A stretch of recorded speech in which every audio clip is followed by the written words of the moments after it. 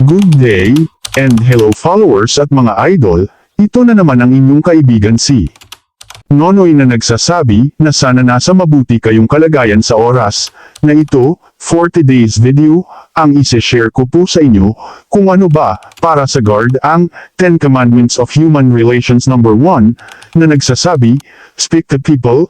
Para po sa guard, ito ay maayos at magalang na pakipag-usap sa mga tao na kanyang nahahalubilo, dumaan lang at naroon mismo sa kanyang AOR. Kasama din dito ang pag-rate sa mga ito tulad ng good day sir, madam, ano po ang maipaglilingkod ko.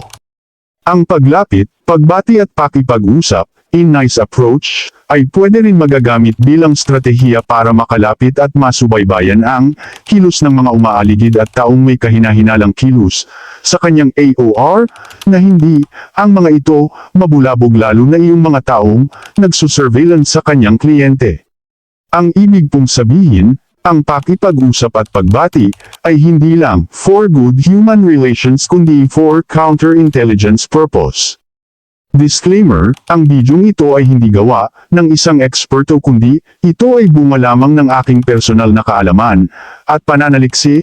Kung sa palagay niyo po, ito ay taliwas sa inyong kaalaman at paniniwala, malaya po kayong magkomento sa ibaba para madagdagan kung mayroon mang pagkukulang at maitutuwid kung mayroon mang pagkakamali.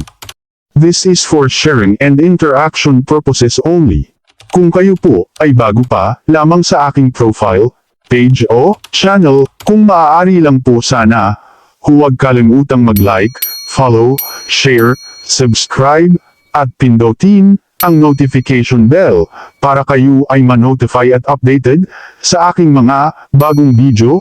Ito ang inyong lingkod, si Nonoy, na nagsasabi, maraming salamat po.